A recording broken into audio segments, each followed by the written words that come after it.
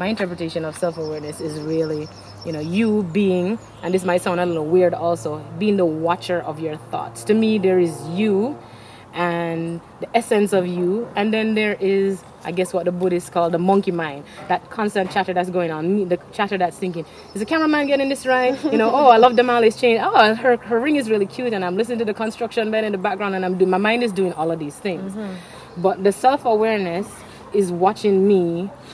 And it sounds weird, I know, if you've never really thought about it. That's where the essence of you, or the practice of self-awareness, is watching all of those thoughts. And those thoughts, the self-awareness for me is saying, okay, you need to focus on what the words that Damali is saying, and listen to Damali and be present with Damali, and forget about all of these other things that your mind is like listening to, calculating, and trying to figure out. So it's about quieting all of that external chatter, or the monkey mind that the Buddhists call all that, because all of us have that chatter. And if you're not aware of it, that means you're not self-aware. We all have this chatter going on in our brain. It's like a constant commentary on the world. Oh, look at that tree over there. Oh, listen to the dog barking in the background. And your mind is just like, oh, what am I going to do for dinner tomorrow? Oh, next week I have work again. And your mind is doing all of these things. So if you are not aware that your mind is doing that, I would say you're not self-aware.